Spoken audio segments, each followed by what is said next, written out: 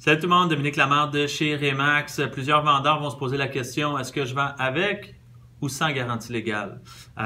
Soit pour une question de savoir, j'ai pas envie d'avoir de comeback éventuellement suite à la transaction ou autre. Écoutez, je pense que la décision doit être considérée, on doit étudier les pour et les contre, puis après ça se positionner avec une décision, à savoir vendre avec la garantie légale. Ça l'implique quoi? Ben, vendre avec une garantie légale veut dire que l'acheteur pourrait revenir contre vous éventuellement pour vices cachés, vices irrégularités dans les titres, etc., etc.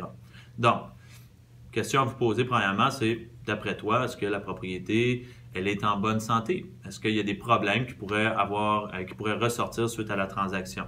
Deuxièmement, est-ce que tous les documents légaux sont conformes? Puis est-ce que je suis confiant avec les services de mon agent qui va me mentionner si jamais il y a des problèmes là, qui pourraient subvenir? Première des choses.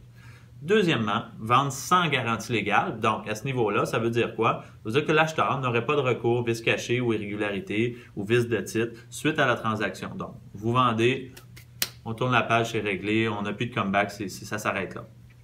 Maintenant, il y a quand même, sachez que c'est quand même une ligne grise, là, la vente avec ou sans garantie légale, en voulant dire que si vous vendez sans garantie légale, mais que vous avez rempli une déclaration des vendeurs, bien à ce niveau-là, l'acheteur aurait quand même des recours sur vos déclarations que vous avez fait à l'intérieur de la déclaration des vendeurs. Donc, c'est important de le comprendre. Là.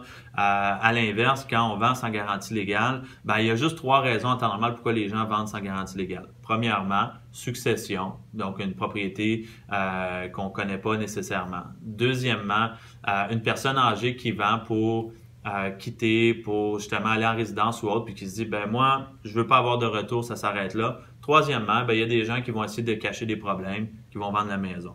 Je te dirais que c'est quand même le moins fréquent, là. D'habitude, c'est succession ou liquidation ou autre. Après ça, personne âgée qui quitte. Puis le troisième, ça peut arriver, mais c'est quand même assez rare.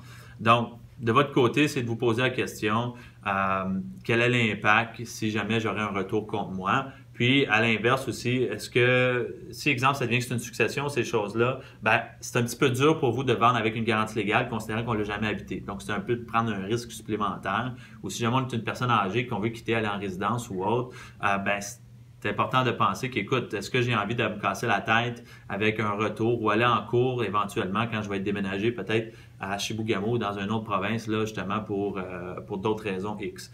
Donc, vendre avec ou sans garantie, c'est un dilemme que vous devez vous poser puis de voir qu'est-ce qui convient pour votre projet. Je vous dirais que vendre sans garantie légale, certainement, ça a un impact sur le prix de vente final.